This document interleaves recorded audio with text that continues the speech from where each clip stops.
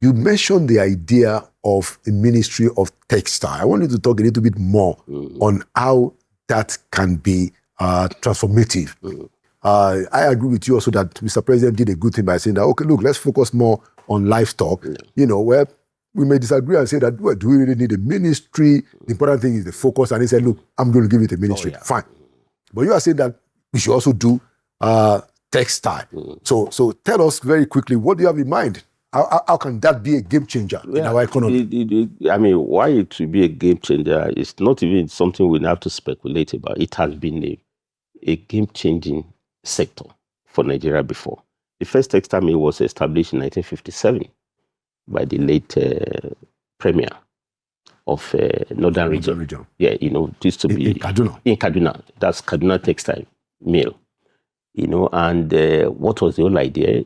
100 years of British rule, we are just exporting cotton to Manchester, Liverpool. They go and do the ginnery, do the spinning, the weaving, they produce finished cloth and bring it back and dump them to us. And of course, they corner the market. It was a colonial economy. Yeah. They chase away Japanese. There was also a time they say Japanese, Korea, this inferior product. But we even say when we want to condemn a product, we call it Korea. Korea, you remember? That was the colonial economy, which was meant to turn us to produce of raw materials and consumer of finished goods. Right.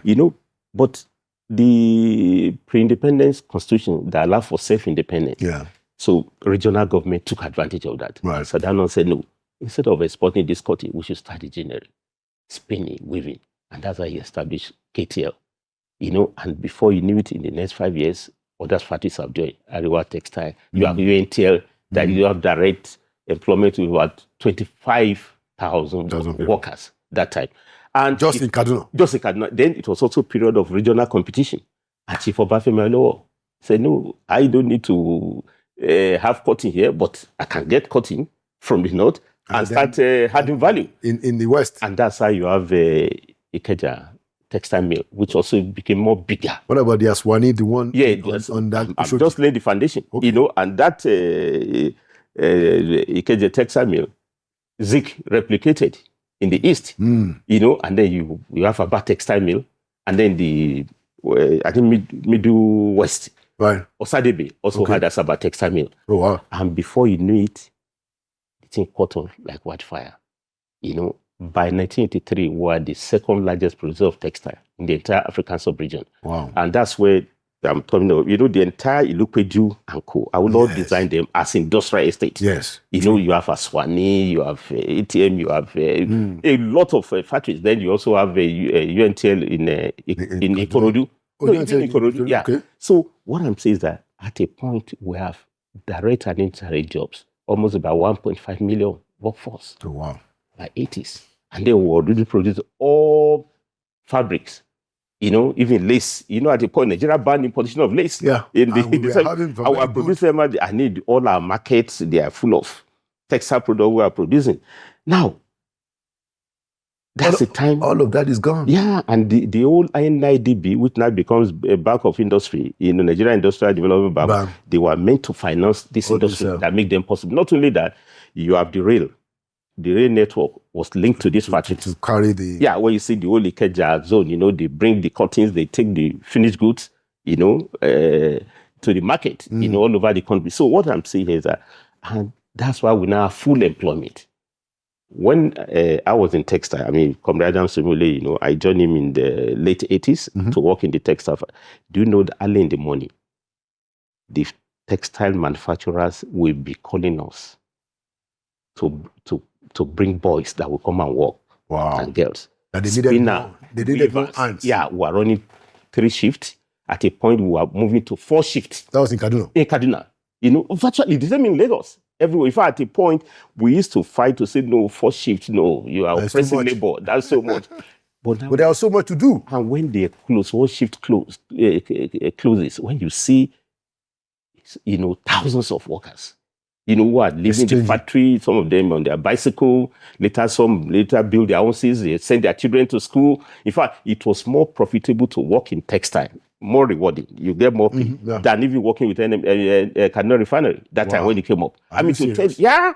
And then many became senior weavers. They retired. They set up their own enterprises, small scale and co. So what I'm saying is that if these are delivered for us, jobs, sustainable jobs, which in fact made textile to be the largest employer of labor, that even federal government.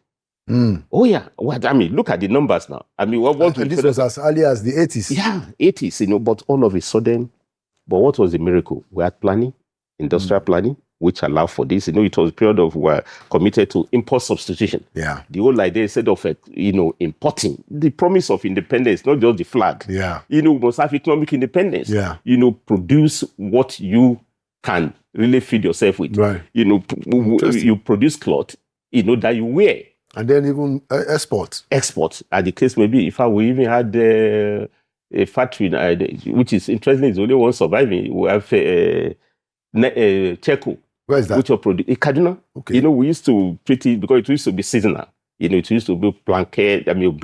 Right. During Hamatan, and maybe military also get them. And that one is surviving. Yeah, that's the only one interesting that has been surviving. That survived Kaduna. In Kaduna. It still exists. And even at that, it has good, stable, close to 500, workers. So how do you think, So I think what we need to do is that to revive this industry. Yeah. And I'm happy President Bola Ahmed within Renew Hope agenda is committed to reindustrialization. I've seen what we're doing in the refinery now. The whole idea of, instead of exporting crude, we need to revive.